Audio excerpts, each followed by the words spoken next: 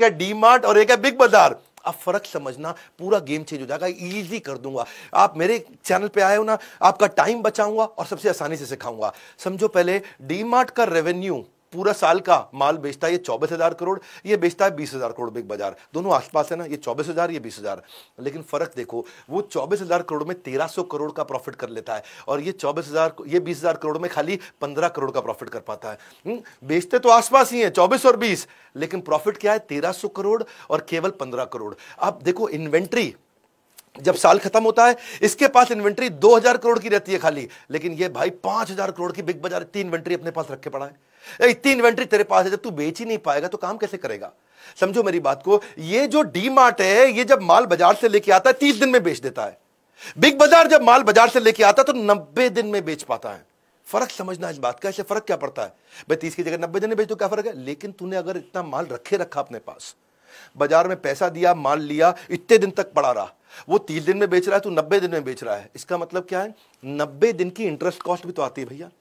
90 दिन जो मैंने पैसा बाजार में फेंक रखा है और मैं उस पर कमा नहीं पा रहा, 90 दिन बाद कमाऊंगा, उसका नुकसान है। यही दिक्कत आती है। और दूसरी बात क्या है कि ये बाजार में ज्यादा उधार लंबा नहीं रखता है। डी मार्ट जो है, डी मार्ट को बाजार में खाली 20 करोड़ लेने हैं और फ्यूचर रिटेल यानी बिग बाजार को 700 करोड़ रुपए लेने हैं। इसका मतलब क्या है भाई? एक तो तेरा खाली 15 करोड़ का प्रॉफिट और 700 करोड़ रुपए तेरा बाजार में पड़ा हुआ है। 15 करोड़ तेरी जेब में है, 700 करोड़ तेरा बाजार में फैला हुआ, तो पैसा ही नहीं उठा पा रहा अपने बाजार से। और ट्रेड पेबल को समझो आप, इजी करता हूं, बहुत मजा आएगा आपको। ट्रेड पेबल क्या है कि डी मार्ट 1,300 करोड़ के प्रॉफिट में खाली 400 करोड़ बाजार में देना है, इसको देना है, ये जल्दी जल्दी दे देता है। लेकिन वहां बिग बाजार प्रॉफिट है 15 करोड़ का और बाजार में इसने 5,500 करोड़ देना है। प्रॉफिट है 15 करोड़ का, बाजार में 5,500 करोड़ अभी देना है। ये फर्क समझिए कि मेरी जेब में पैसा है नहीं, दूंगा कैसे लोगों को? जब पैसा ही 15 है और 5,500 देना है, कहां से दूंगा? इसका मतलब बिग बाजार पे हमेशा कैश कम रहता है, इसलिए उसको लोन लेना पड़ता है, इसीलिए उसकी इंटरेस्ट कॉस्ट ज्यादा होती है। और जब ये बाजार को टाइम से देगा ही नहीं पैसा, तो बाजार भी इसको सस्ता माल नहीं देगा। अरे बिग बाजार को माल मत दो भैया, डी मार्ट को दे दो, पैसे टाइम से आ जाते हैं। यही चक्कर है कि जब ये 2017 में थे ना, 2017 में इसका 600 रुपए का शेयर था, आज 4 साल के बाद 3,000 रुपए का हो गया।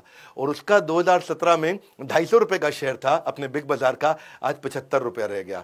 ये फंडामेंटल्स जानते थे राधाकृष्ण दमानी, क्योंकि ये इन्वेस्टर थे, फंडामेंटल जानते थे।